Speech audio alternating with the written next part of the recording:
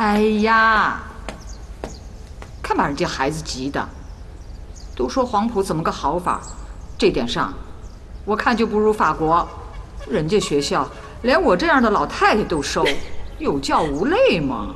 挑学生又不是挑姑爷，干嘛非得用那些试题卡人家啊？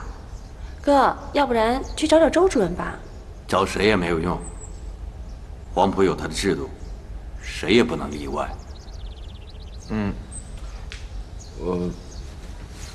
谢谢伯母，谢谢曲先生，我自己想办法吧。我现在去会一个朋友，谢谢你了。等等，我看咱们可以争取一下。局长，你看我太忙了，你能不能帮他补习一下，有针对性，力保他可以进入面试。行，我下午都有空。第3期的招生啊，还有一段时间了。这样吧，每天下午你过来补习。我这个妹妹功课可好了，俄语尤其好，军校的大部分军事教材全是由她翻译的。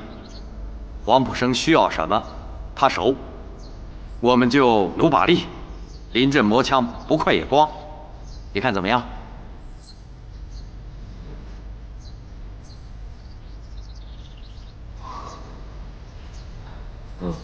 行呗。还求他呀？快，吃吧。我刚才偷吃一个。吃吧。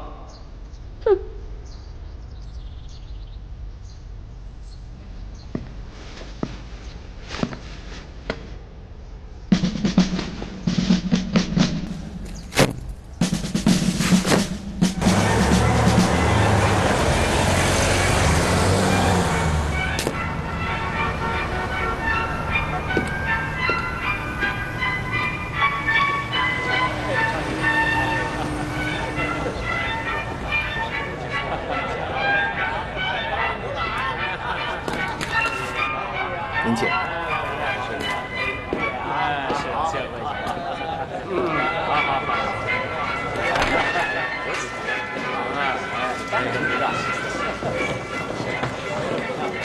哎，怎么没见许老总啊？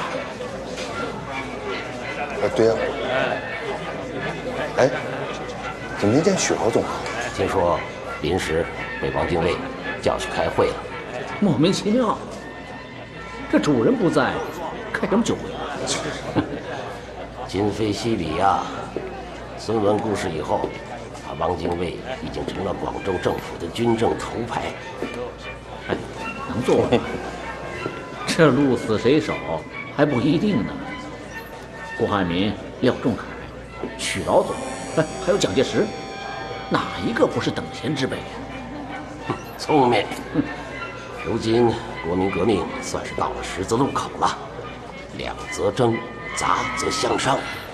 更不要说苏俄人、共产党也搅和进来。是。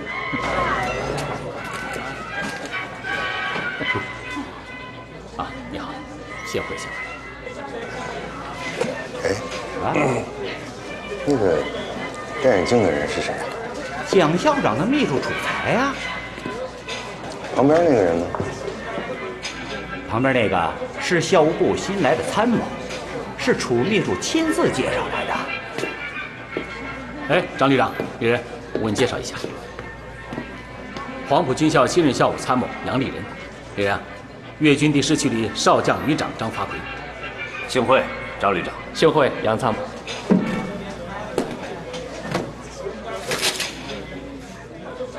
年轻人，你是谁呀？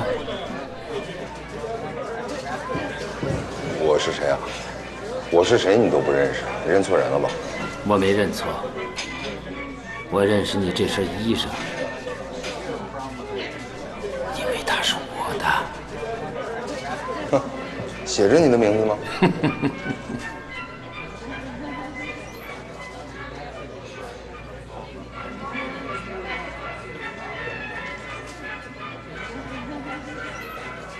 你是丽华什么人？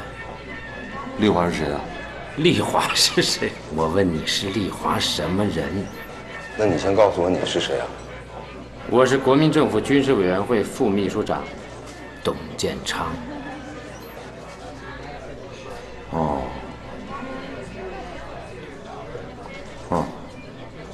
大人物。你这话什么意思？我是杨丽华的弟弟。那说起来，我们很近啊。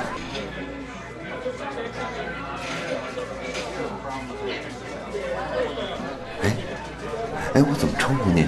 董建昌啊，我能跟您借一步说话吗？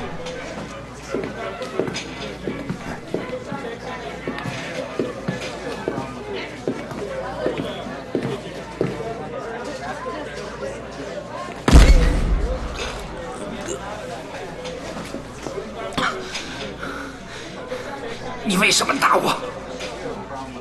为我姐姐。什么意思？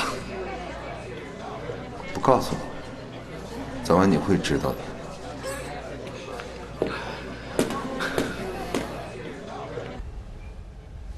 你知不知道？你姐姐在广州很出名。有这样的事儿？是。女子师范的校花，各党各界几乎所有的政治集会都要拉她过来站台造声势，谁都想让她成为自己的成员。她也就是一个普通的女孩，不值得你们这样。广州是个大熔炉。那天，我正好在中央党部值班，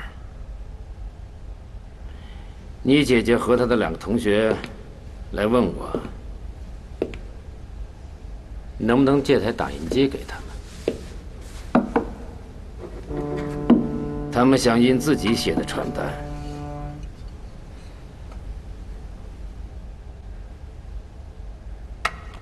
我说：“你们能把底稿给我看看吗？”他说：“可以。”你别说，传单写的还真不错。我就说：“别费劲的往回搬机器了，从今往后，你所有的传单都可以直接拿到我中央党部来印。”你人真好。从那以后，你姐就隔三差五的到中央党部来印传单，直到有一天，我对她说：“别回学校了，我们妇女部正好缺一名宣传秘书。”再往后，你就把她骗到这个房子里来了，由你单独给她介绍革命，是吗？你这做弟弟的有点意思。啊，对了，你刚才说你是来考黄埔军校的。对啊，我在家待不下去了。为什么？不为什么。我说你们姐弟俩说话真有点像，都有点冲，只不过你姐姐比你多一点浪漫理想。我也有理想，我的理想就是睡个懒觉，每天早晨我爹不用木拐杖敲我的房门。哼，你知道黄埔军校蒋校长卧室里挂的信条是什么？什么呀？冬天饮寒水，黑夜渡断桥。忍性吞气，如苦领痛；耐寒扫雪，冒热灭火。夏不回山，雨不张伞。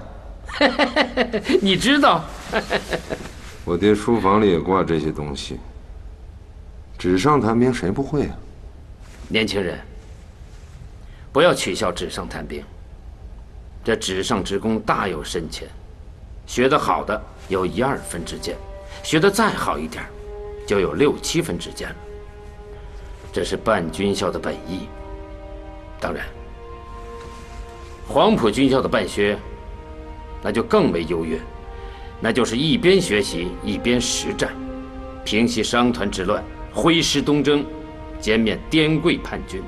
黄埔军异军突起，锐不可挡。你知道为什么能这样吗？为什么？你给我讲讲。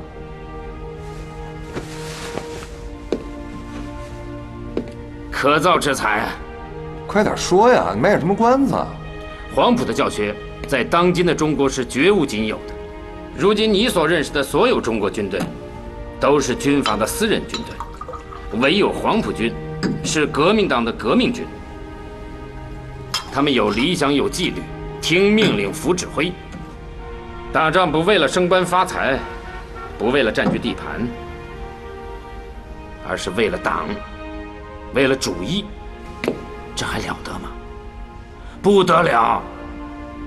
喝吧。进了学校就不再有这样的机会了。校规严禁学生酗酒。我还不知道能不能考上呢。有志者事竟成嘛。白天我见到军校的曲教官了，他答应推荐我去考学。哼，又是你姐姐介绍的吧？我跟他说了多少遍了，别跟这些共产党人搅在一块儿，他就是听不见。曲教官不好吗？这世界上基本上就两种人，一种是理想主义者，一种是实用主义者。群属于前者。你姐姐也太理想了，不过说实话，在你们这个年龄，基本上分不出理想和想入非非到底有什么区别。你是说我姐姐吗？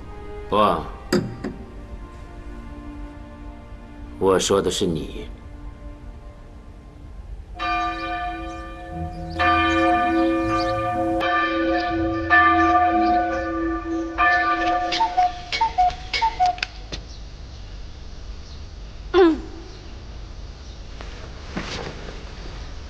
老师好。哎呦，准备的怎么样了？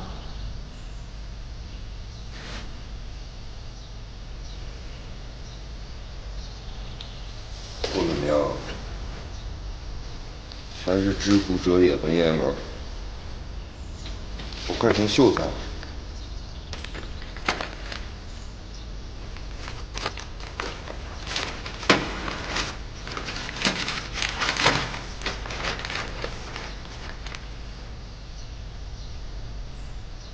你看得到天吗？天见过。你看到天是什么样的？天是蓝蓝的一条线吧？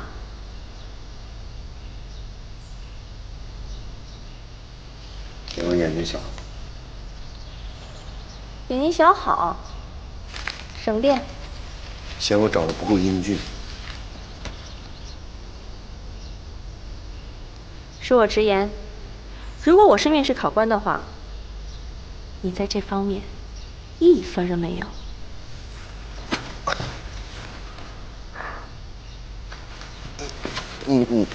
老师，完了，这还没考试呢，自尊心就伤了。老师，你怎么就不能给我一点鼓励呢？王老师，你就不能让我有点自信心吗？哪怕是骗我说杨立青，你长得还是挺英俊的。什么？你这样做不对啊！你非得让我把这个衣服脱了，让你看看我浑身的肌肉吗？你要干嘛？你干嘛你？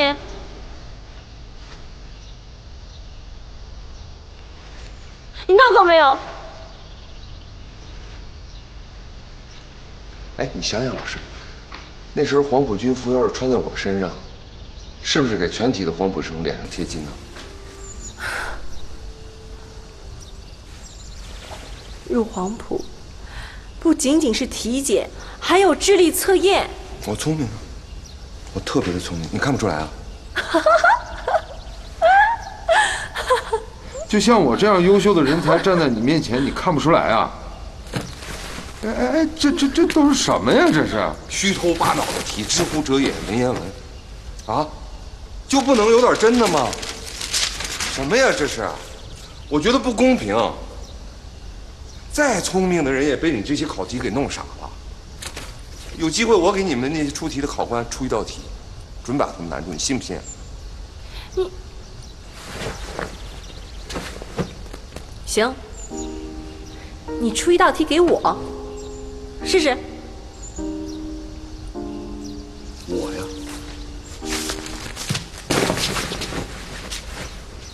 我不就是一道题吗？啊？你那么牛，你找我补起来干嘛？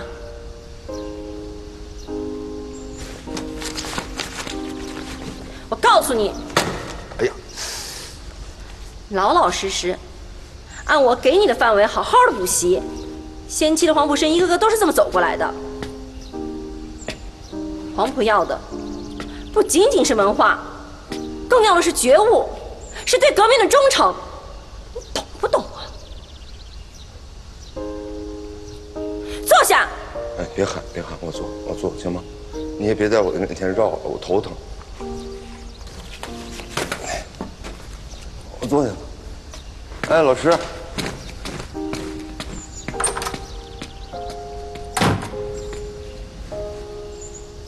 母夜叉啊！我是楚才。好，我知道了。别人，北洋军阀用保定军校3000名毕业生就统治了中国多少年？你算一算，如果我们黄埔军校能有1万名毕业生，那又将是一个什么局面呢？这是你的想法，还是校长的想法？我是校长的崇拜者。其实这个做法也不新鲜。在太平天国后期，曾国藩晓得湘军不可再用，便让李鸿章训练淮军。李鸿章之后，又要袁世凯小站练兵。结果呢？结果还不都是在逞一时之能，并没有解决根本问题。中国还是四分五裂的中国，兵祸连结，天下滔滔，征伐不休。你说的也对啊，李仁，来。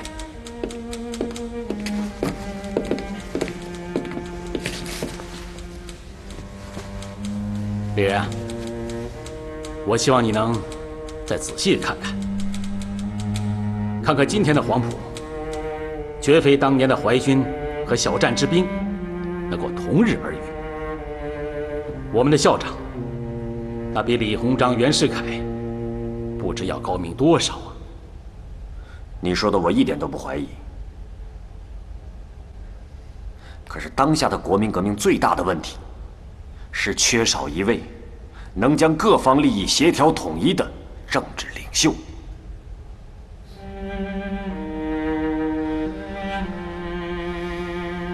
中山先生去世以后，还没有一个人能够替代他。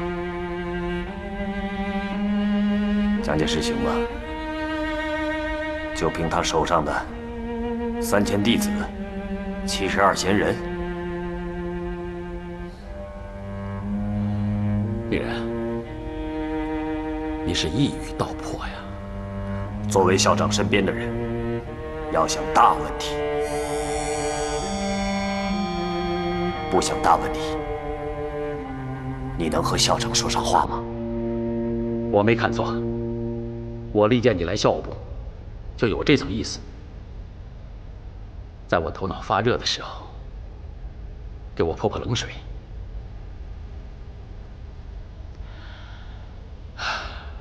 好，我来安排时间，你和校长单独的好好谈一谈。校长是个惜才之人，别有顾忌。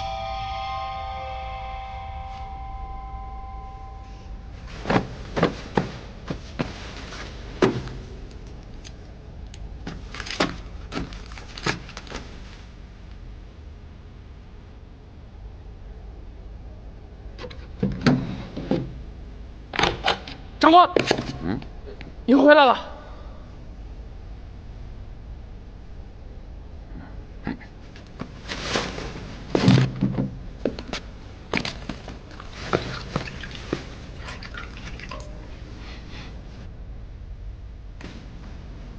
我这里没什么事儿了，你去吧。长官，您不在时，李部长、金参谋还有训练部的2名长官来找过您。是吗？什么事儿？我看他们没什么事儿，也就是过来串串门子。你还挺机灵啊！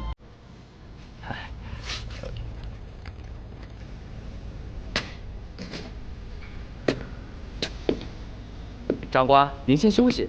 明天早号是6点整，在校长官都得出操。蒋校长的规矩，各部部长都不能例外。哦，对了，发了本名册，我摆在您床头了。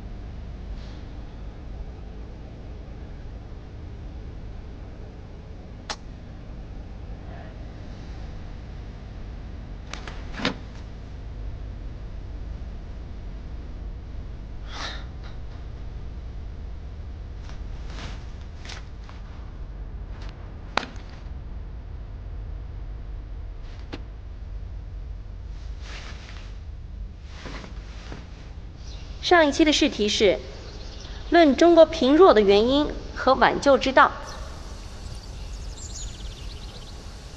这么大的题目，你让我怎么回答呀？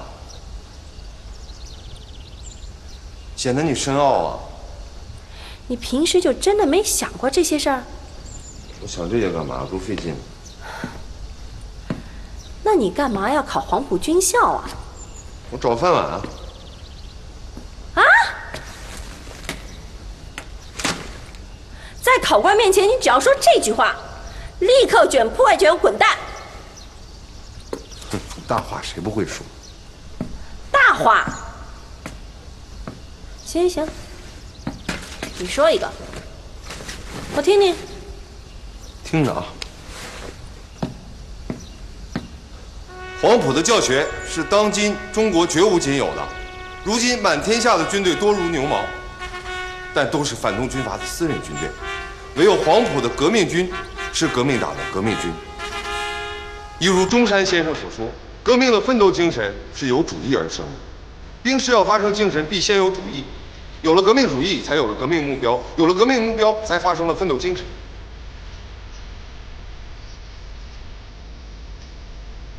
谁教你的？你教我，背功好的呢，过目不忘。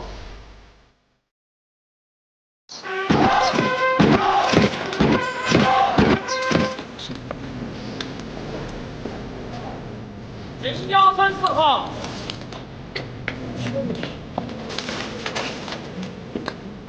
给我！干嘛呀？给我！哎，给我！哎，把书给我！把书给我！不给我的书！你干嘛？给我！疯了你俩！敢欺负他？你知道他是谁吗？你傻呀你疯了你！不想考试了你？不想考学了？啊？知道他爸是谁吗？他爸是教务处长杨立清啊！不想考学了，少爷实在对不起，赶紧走吧你们，知识往火坑里跳！快走快跑！0137号，0137号。哎，0137号在这儿呢。哎，你叫什么呀？啊，我叫杨立清，你叫什么？再见啊，再见。哎，我的书，给你。哎，我爸不是教务处长。是0137号考生吗？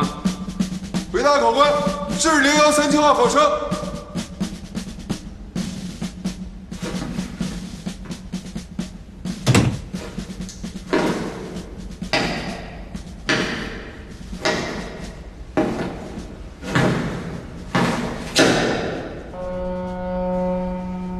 我注意到了，你这几部正步走得不错，比我们在校的先期生毫不逊色。你是刻意要给我们全体招生委员以良好的队列素质？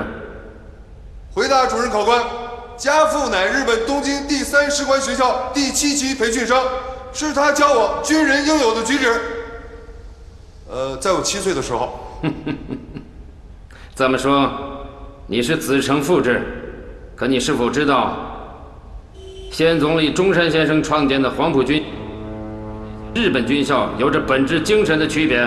回答主任考官，这是毫无疑义的，所以学生选择了黄埔，没有选择去日本。那你为什么选择黄埔？回答主任考官，因为他值得。哼，你倒是干净利索。回答主任考官，军人语言以减少为直接。不错，理由成立。诸位招生委员，可以提问了。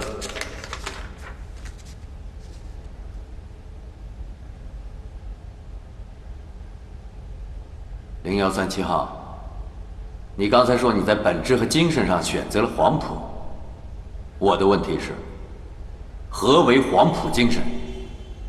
简而言之，就是为主义而应有奋斗的精神，吃苦耐劳、努力奋发的学习精神，为国家、为民众不要身家性命的牺牲精神，主动活泼、富于进攻的战斗精神。回答完毕。0137号，我看了你的数学笔试，你的数学总共得了35分。我的问题是，一个连数学简单概念都未能答对的考生，却令人奇怪的做出了复杂的正反比例试题。回答考官，我的数学很差。数学差没有什么，在前期考生当中，数学得0分的大有人在。我是问你，你有没有做些不光彩？你是说那道正反比例的题，有人提前告诉我了是吗？不错。没有，没什么值得奇怪的，那是我的饭碗。饭碗？什么饭碗？父亲见不得我游手好闲，非逼着我跟一个糟老头子打了1年的下手。哦，糟老头？哪个糟老头？我师父李寿成，民国初年协助日本人绘制了湖南各县的交通地图。日本人走了以后，把所有的测绘设备留给了师傅。我跟师傅做了1年徒工，绘制地图，吃的就是正反比例这碗饭。你还有测绘的特长？一点点混饭吃。一点点是多少？地图这个东西没底，10分钟的图我能画，3个月的细图我也能画。那好，你给我们画一张10分钟的图，让我们大家看看你都是怎么个混饭吃。那就画一幅湖南省交通略图。可以，给考生背黑板。是。考官，我有个请求，这个我可以用这块黑板吗？可以。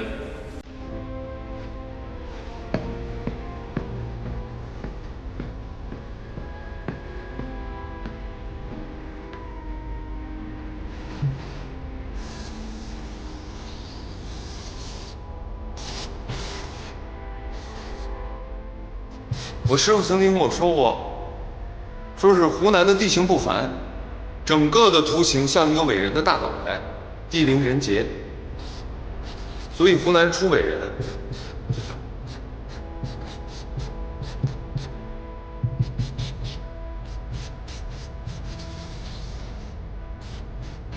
我师傅还跟我说湖南人精气节而喜功名，所以历来都是广东人革命，浙江人出钱，湖南人流血。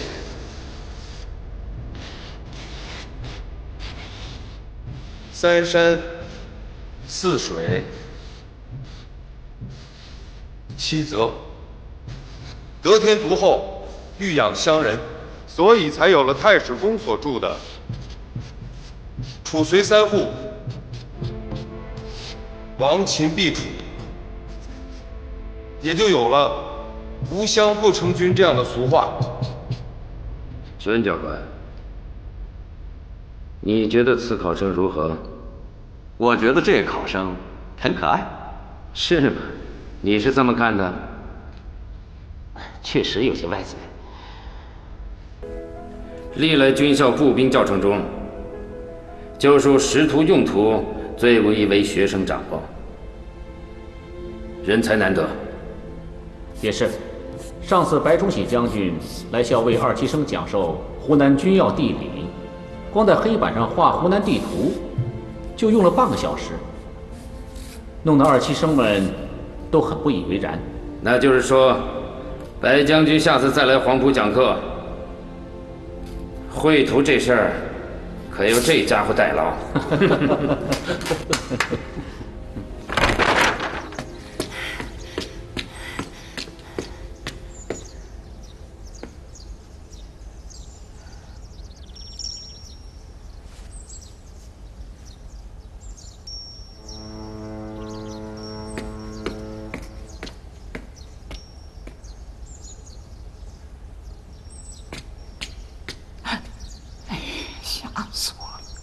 哥哥沥青怎么了？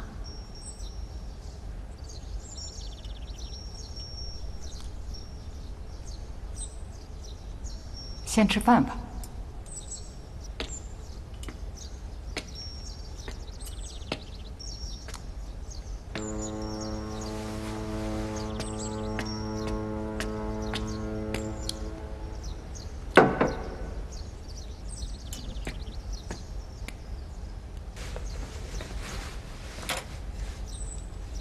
吃吧。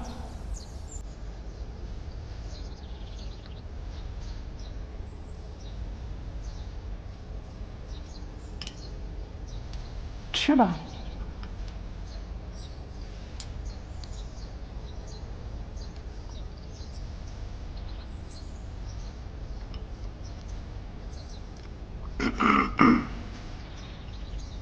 吃啊。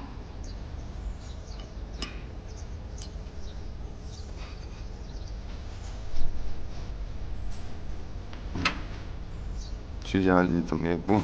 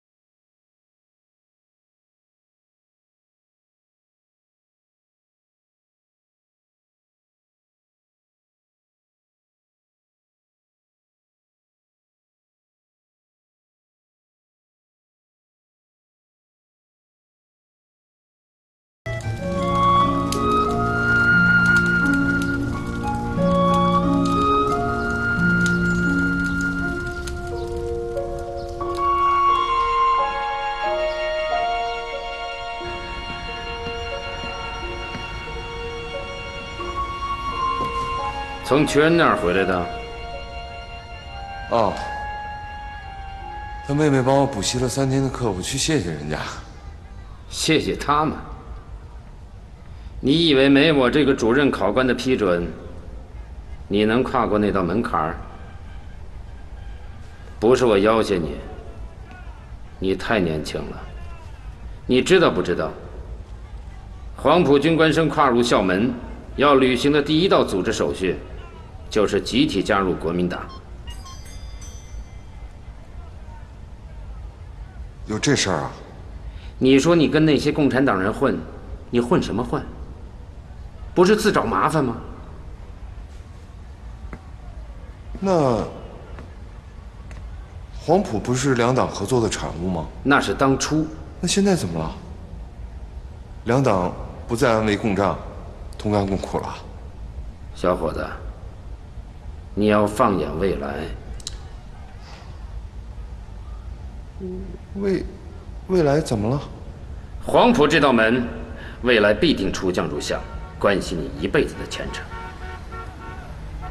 明儿你一步迈进去了，切记不要搅到政治里边去。目前的黄埔，2个人就有3种主义，吵吵嚷嚷，没有任何意义。你要学会做一个纯粹的军人。什么是纯粹军人？那就是枪里的一颗子弹，枪的扳机由你们校长来扣动。蒋中正啊，不错，他发射我们，他决定打谁就打谁。你不要这么玩世不恭。你今天在考场上就有点玩世不恭。只有你们校长可以收拾今天这番局面。我看好他不是1天2天了。入校以后，绝不要和瞿恩那些人来往，会影响你的前程。我凭什么要听你的呢？因为我几乎就是你的姐夫。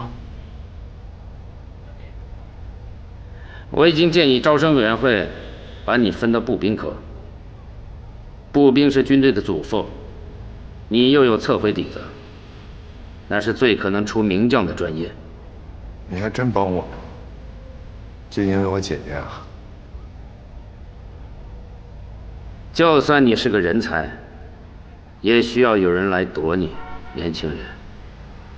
不要把任何事情都弄得那么庸俗。现在几乎所有的政治势力都在争取青年，争取人才。未来决胜的关键就在于能否大量的占有人才。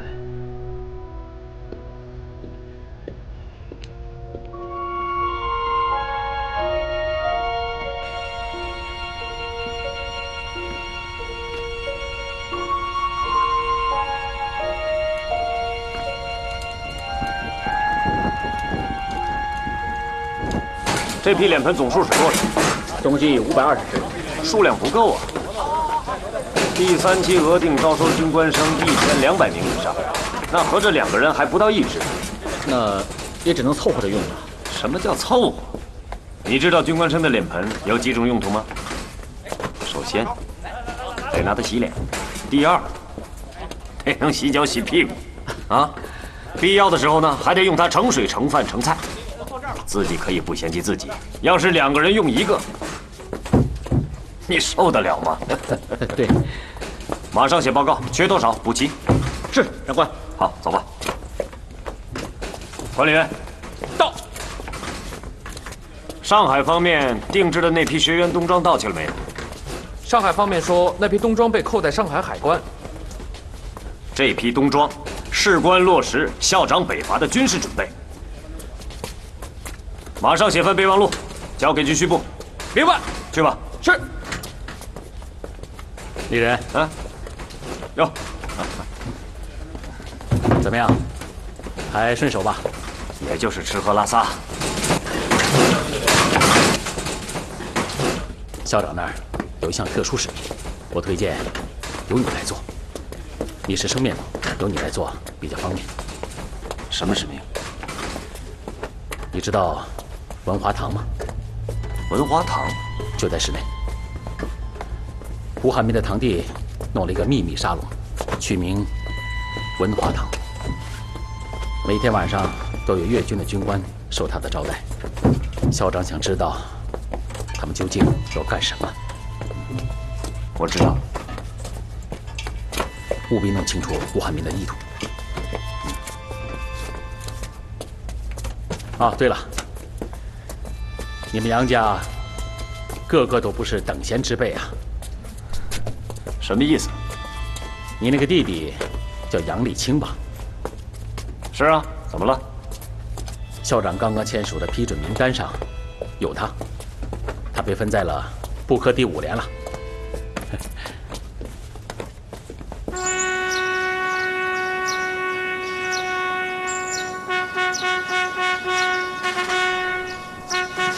我宣誓，我宣誓，不爱钱不投生，不爱钱不投生，统一意志，亲爱京城，统一意志，亲爱京城，遵守遗嘱，立定脚跟，遵守遗嘱，立定脚跟，为主义奋斗，为主义而牺牲，为主义奋斗，为主义而牺牲，继承先烈生命，发扬黄埔精神，继承先烈生命，发扬黄埔精神，以达国民革命之目的，以达国民革命之目的，以求世界革命之完成，以求世界革命之完成。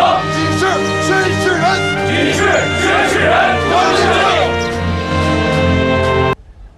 接着来，我谢雨石，湖南长沙人，入校前系湘雅医学院3年级预科生。坐。哟，大夫，弃医从军啊？哼，能治病吗？比一般人略通一点。行了，将来咱们负伤啊，不用愁了，有人救护。接着来，我杨立清，入学前游手好闲，舅舅不疼，外婆不爱，狗都嫌。完了。坐。杨立清同学还是有长处的，测绘出身，了不得。接着来，我吴荣，东吴中郎的吴，其乐融融的融。说来惭愧，我原是来替我们东家大少爷代考黄埔的，结果我录取了，他落榜了。坐下。杨少爷真厉害，黄埔还能代考了。没错啊，我们家欠了东家的银子，这次来广州实在是为了还债。本来是想做媒人的，结果自己成了新娘子。我能坐在这儿，实在是阴差阳错。吴荣同学系陕西师范生，家庭贫困。至于他刚刚讲的情况，就到此为止，不要外传，与本班名誉不利。接着来，我穆振芳，入校前武昌铁路工人，粗通文墨，擅长搬道岔。这就是我的一点长处。坐下。搬道夫可了不得，决定走哪条道？你跟中山先生同行嘞。我也做过自我介绍。我范希亮被指定为6班班长。其实我不想做官，我来黄埔本意是求学来的。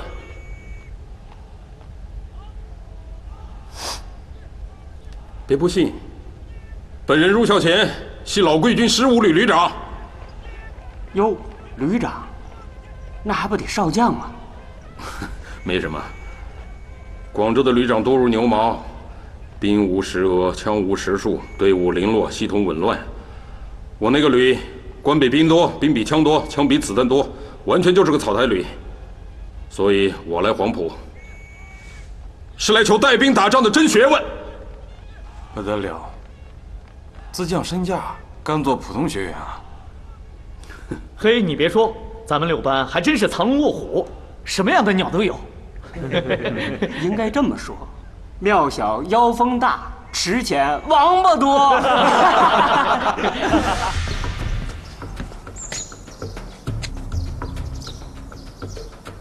们，部科第6班，口令声软绵无力。怎么？是没吃饱饭呢？啊！完全是娘们儿！看着我，第3名。你看我，小子，你在藐视我？啊？你的神情告诉我，你不服气是不是？啊？你完全没有听懂我刚刚说的话。不是我没。谁让你说话了？我让你说话了吗？啊！6班长，到。下操后，关他1小时禁闭。是。什么？前场？没有啊。那就2个小时，2小时禁闭。是。黄埔军官生，毕业以后面对的不是你们这帮鸟人，而是成千上万的队伍。你们现在就给我准备好了，懂吗？不要以为它是一句简单的口令，记住了吗？记住了。大点声！记住了。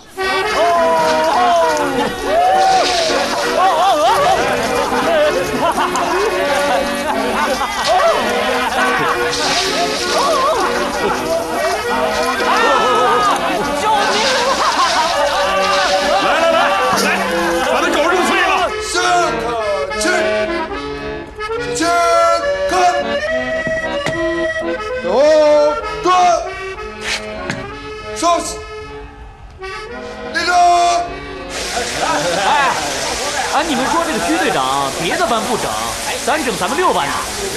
还不是你这一颗车嗓子眼细，连一个面条都塞不进。你老穆倒是嗓子粗，就是不搭调。你才不搭调，天生的公鸭嗓子。你放屁！怎么听啊？投降叫春！你放屁！你放屁！你放屁！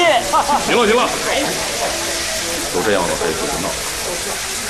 要我说啊，别的班的班长只是班长，只有咱们6班的班长是旅长，出头的团子，不整你整谁啊？关沥青的禁闭也是杀鸡给猴看。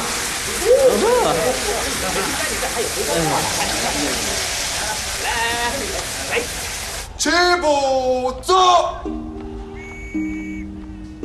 一个上，一个齐步走。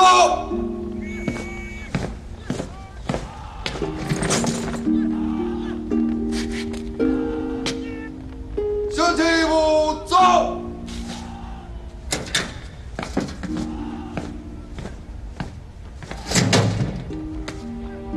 向后转。李青，行了，吃饭吧。走。这事不能全怪你。向齐步走。凡事都有技巧，口令这东西，你眼前得有对象。向齐步走。想象自己就是军团长，面前全是你的军团，怎么喊就都有了，懂吗？向齐步走。既然当兵，就得学会服从和忍受不公。向后转。向齐步走。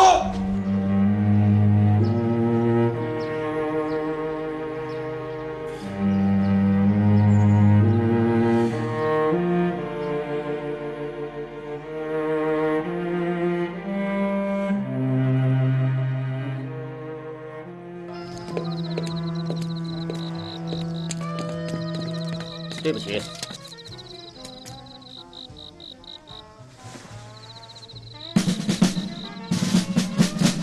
请。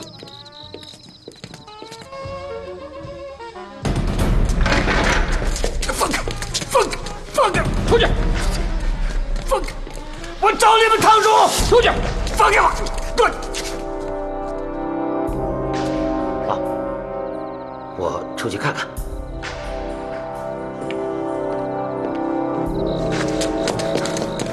干什么？放开！放开口！跑出去！放开！周德臣，看有没有枪。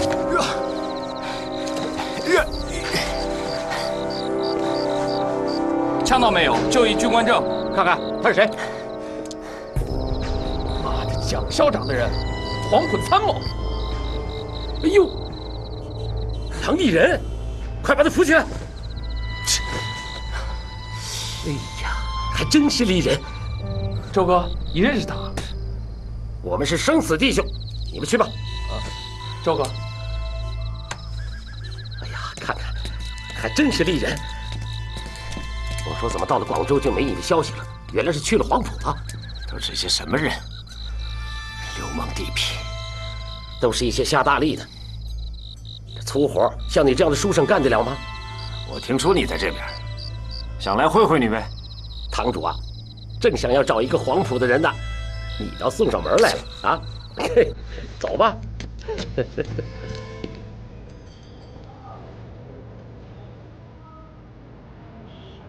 我觉着这屋里的人有点不对劲。啊？怎么不对劲儿？有股子杀气。别瞎说。我干过杀手，我知道。我那把左轮手枪里装满6发子弹后，就是这么股劲儿。即使在人堆里坐着，也觉得特孤单。哼，你当都像你呀，一介书生，当时选定你就是个极大的错误。矮庄子绊倒人，你懂吗？你看那几个不起眼的，那都是从澳门请来的真正玩家。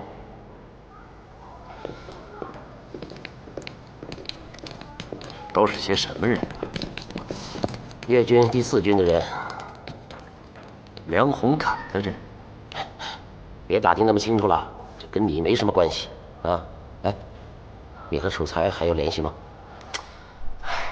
别提了，人家攀上了校长的高枝，比以往生分多了。要我说你呀，你还是自视清高。你人呐，听我一句劝，该放下身段就得放下身段。那黄埔那地方谁的天下？这不是明摆着吗？我的脾气你又不是不知道。真正属于不要钱、不要命的人。哎，我明白。我告诉你啊，你还是没有跟对人。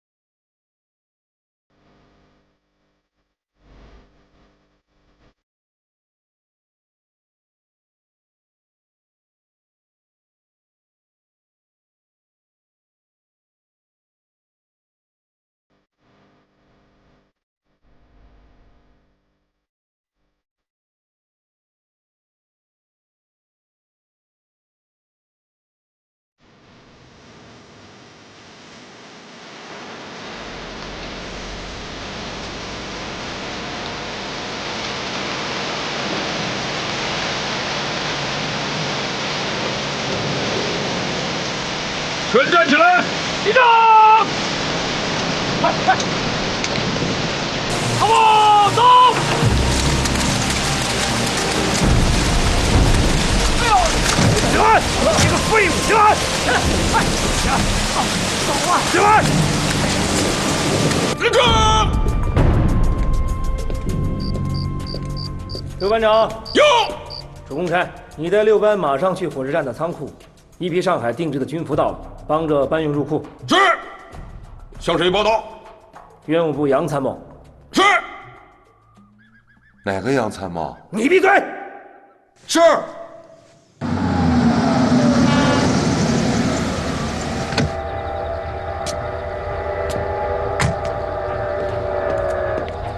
黄埔军校院务部参谋杨立人奉命接收被俘装具。立人？怎么会是你？怎么就不能是我呢？行，这些是士兵的胶靴，还有那些是军官用的武装皮带，都是最好的皮革。最后面那些是校级军官的毛料冬装，英国的面料。笑什么笑？上海的裁缝是1等1的好，广州这边根本做不了。好了，别跟我说，说了我也记不住。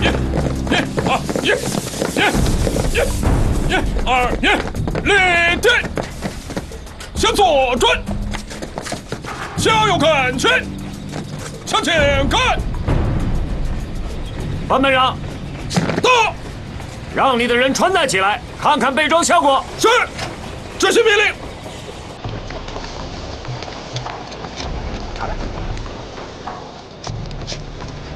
班长。啊！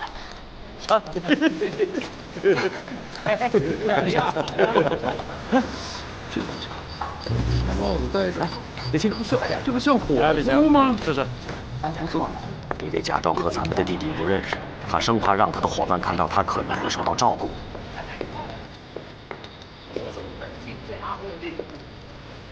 你看，你像苏联厨师。苏联厨师是不是？我说上海海关为什么要查扣这些伪装？那完完全全的是苏国胡军志士彻底的被赤化。你不要妄加评论，我告诉你，每一个款式都是蒋校长亲自定夺的。我看啊，我像不像翻道岔？上面拉直路，你像苏联翻道岔是怎么让上海翻道岔的？抓紧时间，马去给我拿来。这是本党的机密，我们有资格知道。当然。来，给我，来，快！走！快点！接着。我说你怎么平步青云呢？原来是搭了楚少爷的车呀。马齐了。玉华，你们女人搭车恐怕会更方便一点。甭管哪党哪派，什么人能挡得住女人的微笑？这是你做哥哥应该说的话吗？自己的妹妹我还不了解。马好，抓紧装卸，今晚务必返回校内。是。大家动作快点。快！来，怎么样？接着。好，李青，李青，接着。李青，交给你。什么？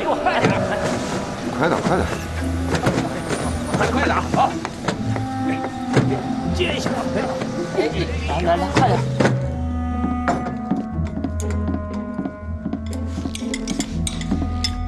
慢点吃，看你这副吃相，都去官升了，李青。黄埔吃相就这样训练出来的。是不是你们平时的伙食特别不好5只鸡蛋，做这么大一桶汤，如何舀出蛋花来？下勺子是最大的学问。教教你啊。是谁帮你请的假呀？还能是谁啊？屈恩啊。他是共产党，我们区队长能听他的？董建昌，他怎么知道我回来了？肯定是老董，老董发了话了。哼，都叫上老董了，那叫什么？叫姐夫啊？你乱扯什么呀你？姐，老董挺好的，说话挺直爽的。嗯，是，笼络人心是他的长项。我觉得瞿教官更纯粹一点，他就是我们黄埔军官生心中的偶像，才华横溢，很有魅力。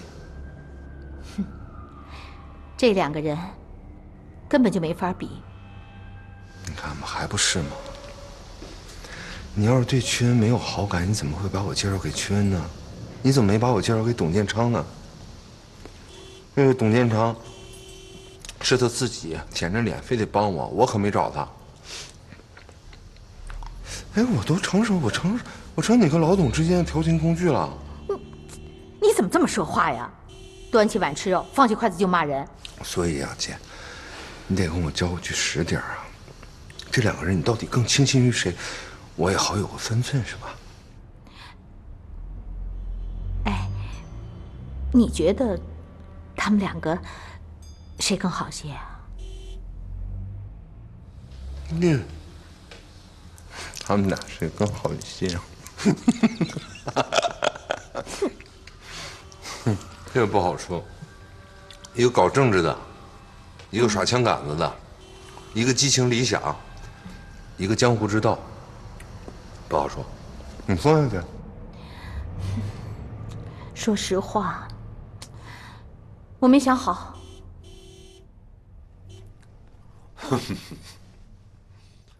你骗谁呢？你笑什么笑？你瞒着谁？你瞒得了我？董建昌，曲恩喜欢谁？还没想好。我告诉你，曲恩，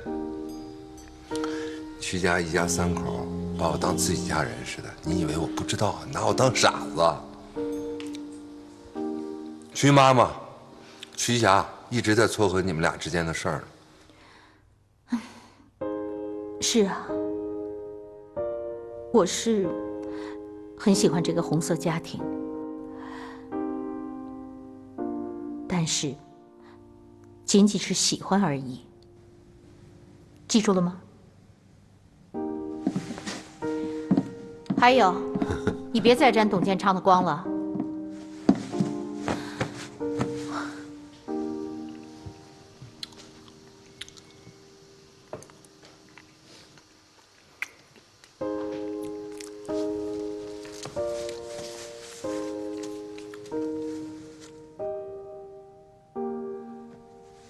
我已经决定从他这里搬出去了。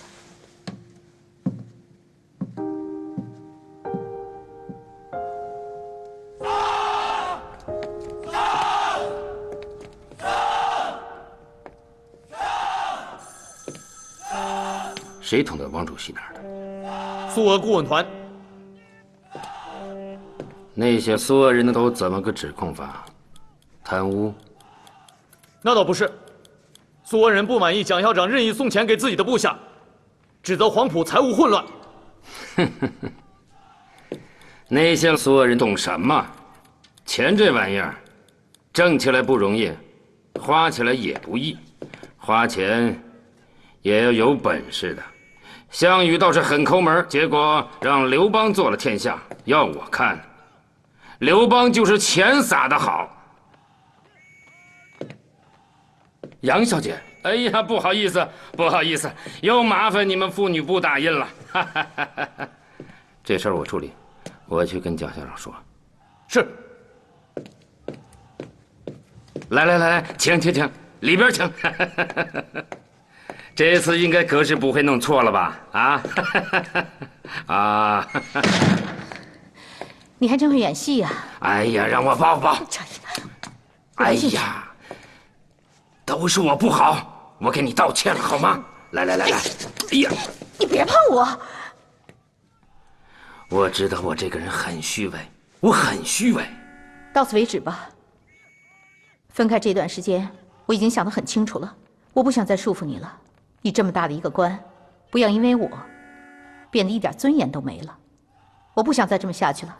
这是实话吗？难道你去了趟上海就要跟我说这个？没错，我就是这么想的。就是因为分开了这段时间，让我有了独立思考问题的能力。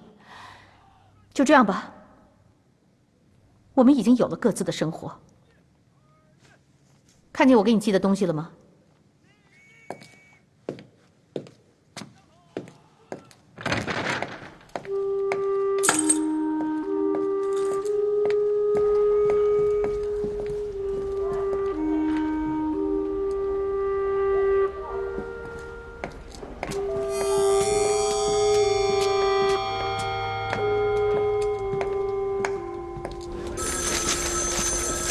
咱们党部怎么会有些不三不四的人呢？你怎么才回来啊？廖夫人要去慰问杀鸡惨案负伤的妇女，让我们一块儿去医院呢。快点吧，夫人就在楼下呢。嗯。不知道4班打得怎么样？听这声音就不怎么样，至少有5发拖把。又吹牛，就你这耳朵还听声音呢？你信不信我头一回放枪就打着人了？那你就吹吧。起了，都给我记住，上去以后以实战动作进入射击位置，不要拖泥带水，照我事先交代好的这么打，明白了吗？明白。可是条令规定，靶场就是战场，条令也得服从战场。刘班长，到，把你的人带过来。是，全体起立。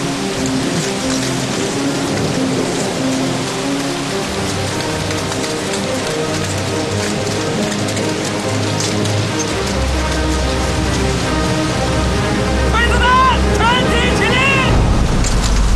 向左转，2步走。6班进入射击位置。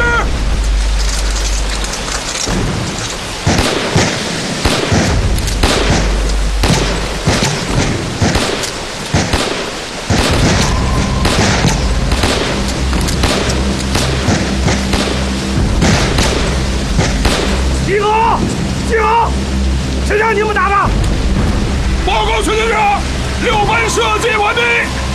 妈了个巴子！就你们6班显摆是吧？老子口令还没下，你们就出动完了。幸亏是打靶，要是真在战场上，你们以为敌人都是活靶子？傻呀！快去！走！带回去！是。立正，向右转，跑步走。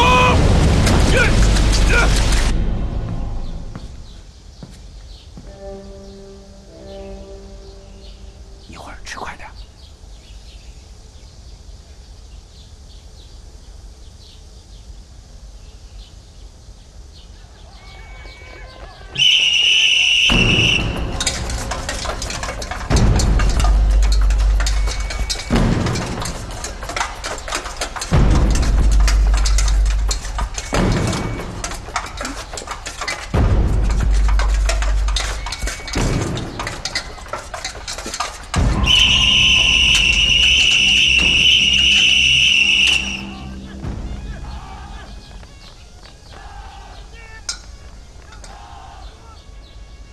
举筷子，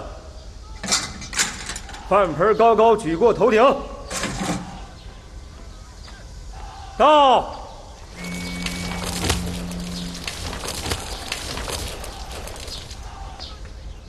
放。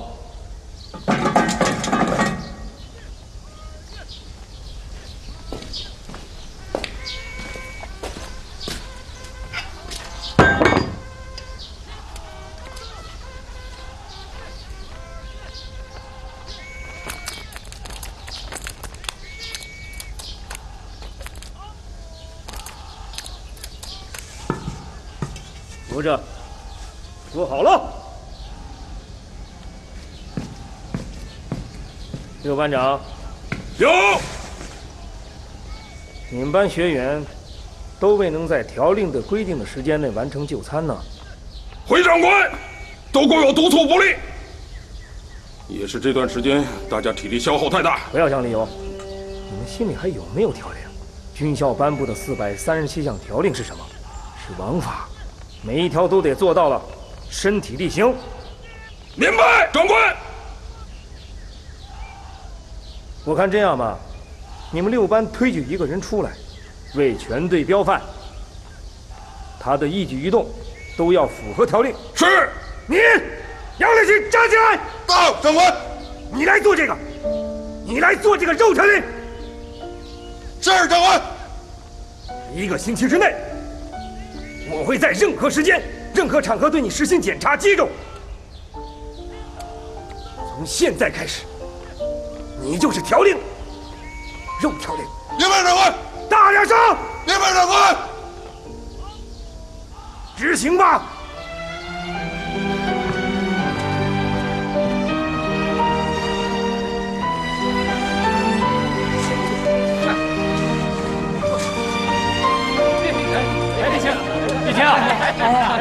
怎么样，感觉？丽青，还这么好？丽青，是不是以后就不用背他，看着就行了？摸。哎呀，你瞎摸什么呀你？哎，还是抹匀了好看。哎，这帽子好。啊，就你话多。你看这丽青平时饭量比我们大，这脑门上的饭量比我们还大。别碰我！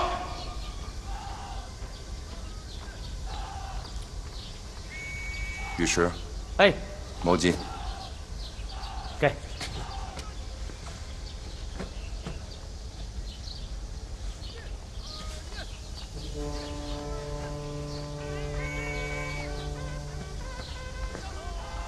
我他妈找找感觉。起来。起来！我现在不是我了，是吧？我现在是条令了。是他妈的肉条令，是不是班长？是。从现在开始，我每迈出去一步，都是条令上规定的75公分，是不是班长？看上去应该是这样，是不是班长？是吧？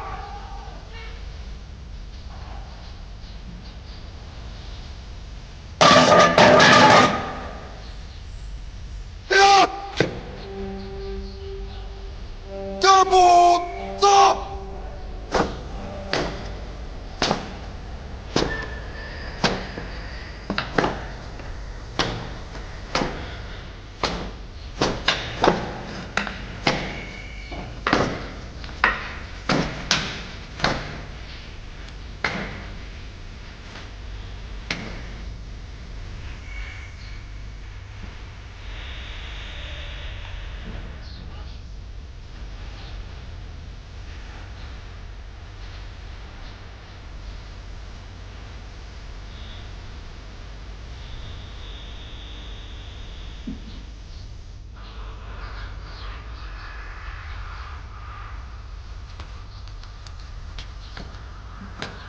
哎，刚刚好，不多不少，正好75公分。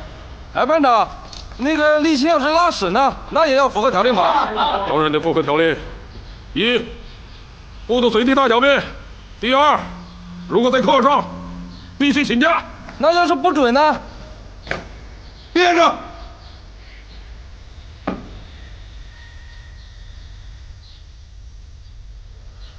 那个，上。小范，这1星期的肉条令当下来，快憋死我了。你小子行嘞，熬过来了。咱们黄埔是新型军校，可区队长沿用的还是旧军阀那一套。要都这样，我还不如回家跟我爹学了。李青，别计较，区队长他人不坏。咱班多亏有你了，老范。有你在这戳着，别的班同学羡慕死了。立定，向左转，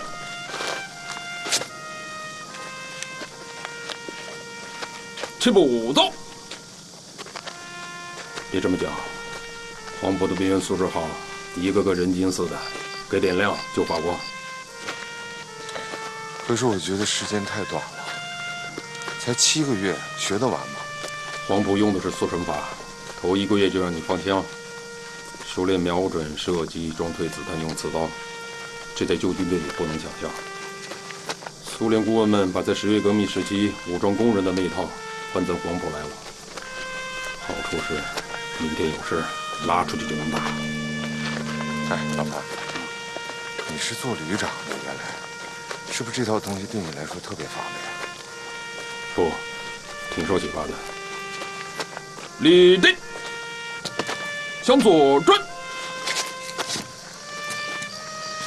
齐步走。我爹跟我说，在古代战争中，培养一名马上弓弩手需要3年的时间。那可是力气活，又需要高度技巧。你得在飞奔的马上把箭射到150米以外去，还得要有准确的杀伤力，很难的。可现在使用的是步枪啊。标准化大量生产，使用也简单，对参战人员不再需要那么专业的要求。所以啊，战争到了今天，取胜之道就变得明了了。谁能争取到最广大的民众，谁就能取得最后的胜利。听起来是真的有道理。至于动员民众的能力，共产党实在是要优于国民党。这方面，人家共产党是大师，国民党是学生。这很重要吗，班长？决定最后的胜负，你说重要不重要？所以才有今天国共两党合作的黄埔。不管你喜欢不喜欢，向共产党学习。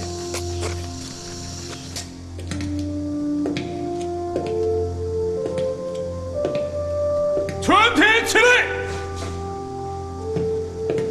坐下。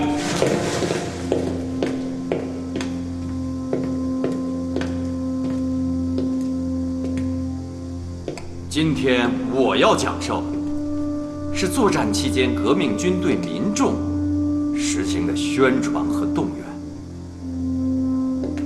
大家知道，革命战争其最根本的目的是通过武装的人民革命，推翻压迫人民的反动势力。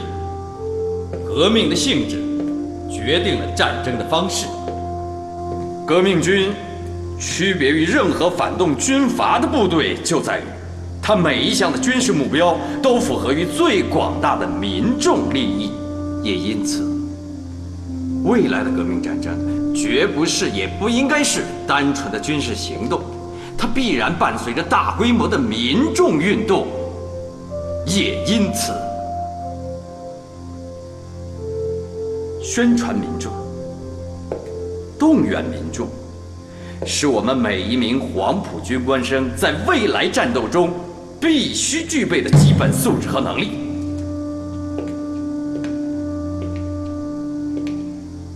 今天的科目，我不想弄成我个人的演讲，而是要让大家都上来演讲。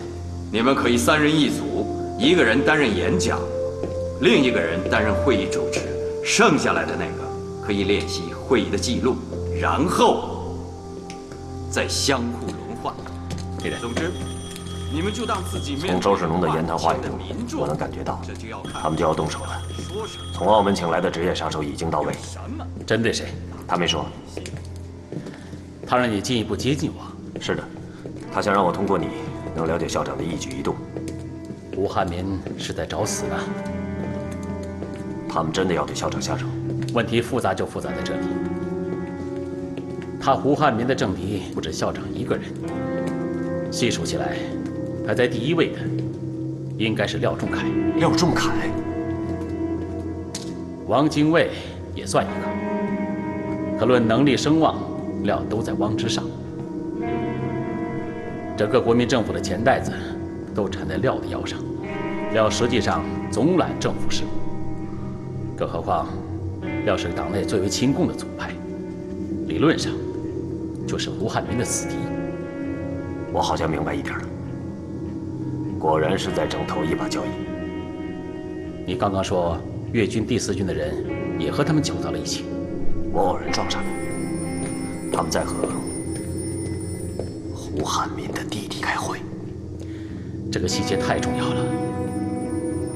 对于校长来说，许崇智的威胁远比胡汉民要大，毕竟整个粤军都掌握在他徐老总的手上。那如果胡汉民和许崇智的粤军联起手来，所以李仁，你现在明白校长为什么要把根本立足于黄埔之上了吧？没有一支值得信赖的不世之军，你能做什么？什么也做不了。同胞们。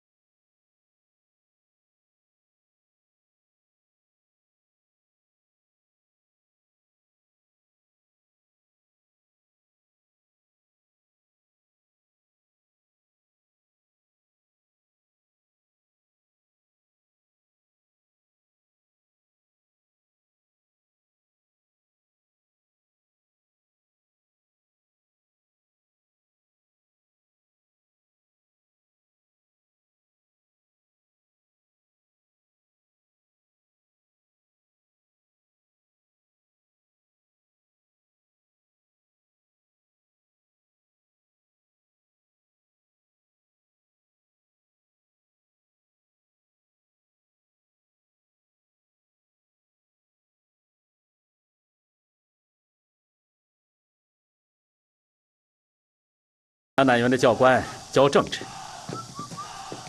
我看了一下1237学员名单，共产党学员占了很大部分。是啊，一西两雄，棋斗炎炎。长此以往，校长能容忍？该忍时忍，不能气短；该狠时狠，不能手软。这是你的话，还是校长的态度？这有区别吗？校长也难呐，苏俄人、共产党人、汪主席、廖公、许崇智，还有胡汉民，三头六方，八面来风。所以猎人呐，要学会借力打力。你要继续不动声色地与周世东、周旋，弄清他们行动的所有细节。记住，千万不要惊动他们。明白了。